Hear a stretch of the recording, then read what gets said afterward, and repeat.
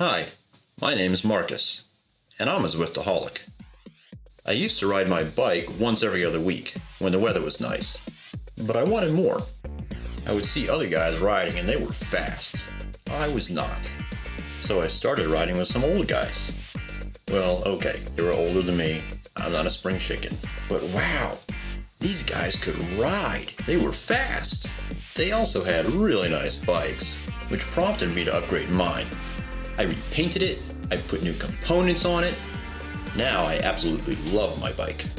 I learned that a lot of riders ride inside during the winter when the weather is cold, and one of my riding buddies told me I should check out Zwift.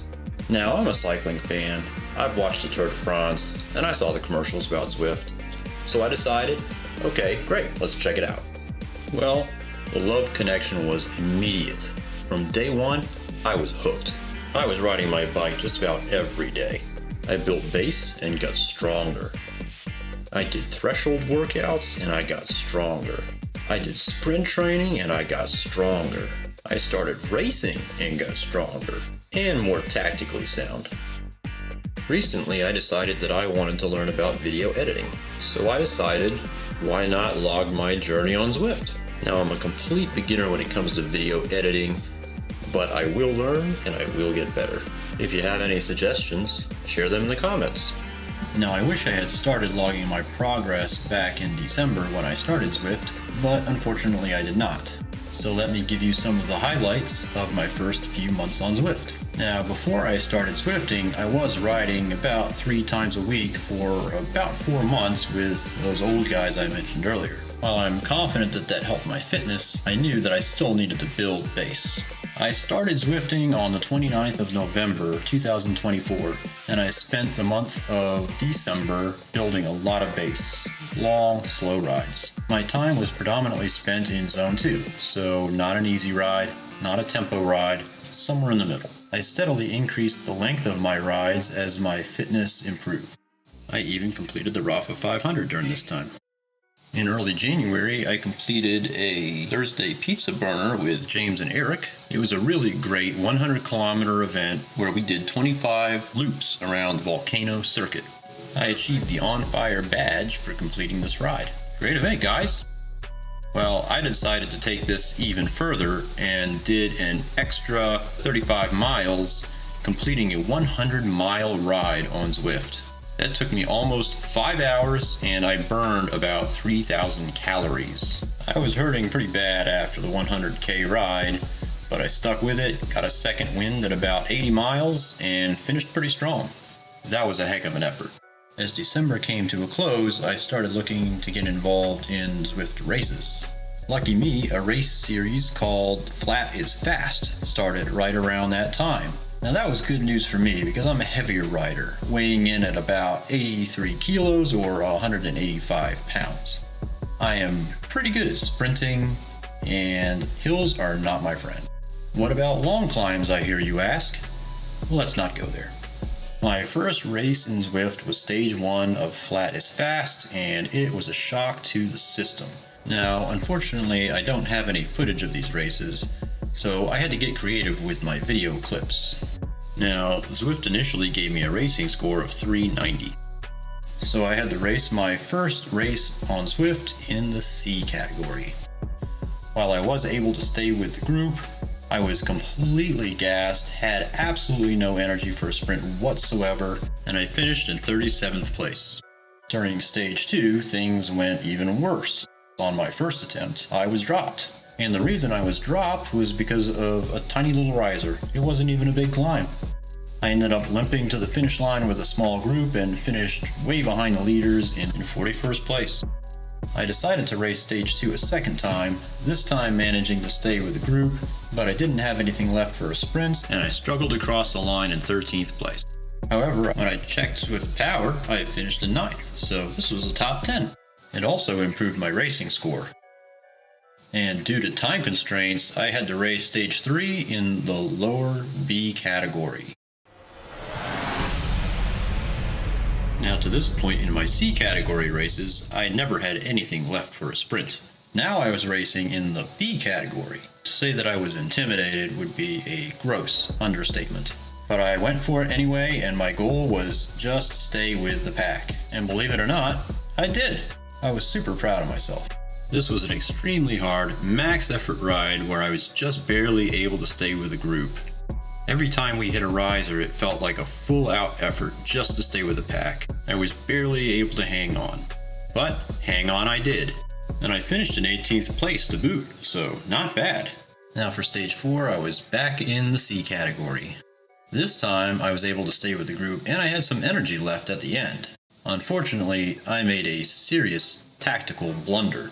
One of the riders went for the line at about a mile left, and I decided it was my job to try to pull him back. However, I did so at a hard, steady pace, and everybody was able to stay on my wheel. So I essentially led the field out on the sprint. After I had committed to pulling this rider back, I was telling myself in my head what a tactically terrible move this was. Oh well, I was already committed, and I opened up with everything I had left as we approached the line. To my surprise, only 2 riders came around me, and I finished in 3rd place. It was my first podium. This was a really big moment for me, and it opened my eyes to how I could push pretty high power for a pretty long time. And I decided to use that to my advantage in stage 5. For the final Flat is Fast race, I was in the upper C category and again was able to stay with the group fairly comfortably.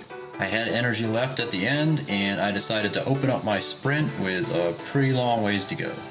Now I was 100% committed to this move and I absolutely sent it.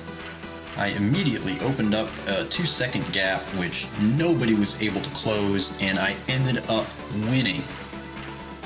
Now I was absolutely broken after this race. My heart rate went up over 201 beats per minute. I was so sure that some of my competitors were going to come sprinting around me at the last second, and I was just tearing myself inside out, trying to stay away from the thundering herd. And I did it. I stayed away. A kind Zwifter offered some encouraging words after the race. He even offered me some advice, saying that if I could maintain those kind of watts for that long, I should go early all the time. Thank you, Justin. I appreciate you, sir. I can't tell you how much it meant to me to have a fellow Zwifter reach out to me after my first win and congratulate me. It meant the world. Zwift is full of so many great people. What a great community. But that was my last race for about 3 weeks, and I spent the rest of February doing some good training. While I was still doing some good long rides, I was starting to add in some workouts as well to try to increase my top end power. My functional threshold power, or FTP, was steadily increasing, reaching 277 by the end of February. My final challenge in February was to complete a 100-kilometer race that included 3 pretty significant climbs. While those climbs did rip the peloton apart in the C category race, I was able to stick with a pretty solid group behind the leading group and finish the race in 7th place. My plan for March is to participate in the Zwift games, continue with some Zone 2 training, and sprinkle in some workouts where I have time. I would be remiss if I didn't mention that I do follow an aggressive weight training routine that consists of 5 workouts a week for about an hour each time.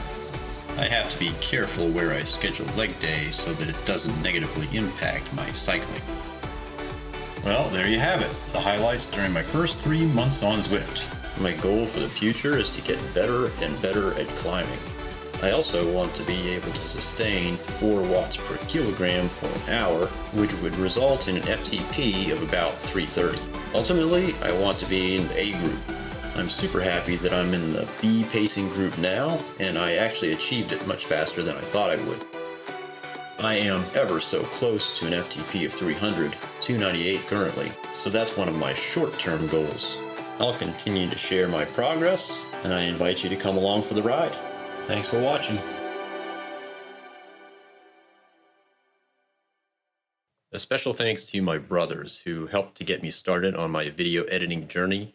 They showed me what software I needed, how to use it, and provided so much good feedback to me as I created my first videos. And a huge thanks goes to my wife, who supports me as I spend countless time and a lot of money on this crazy addiction I have to Zwift. Thank you.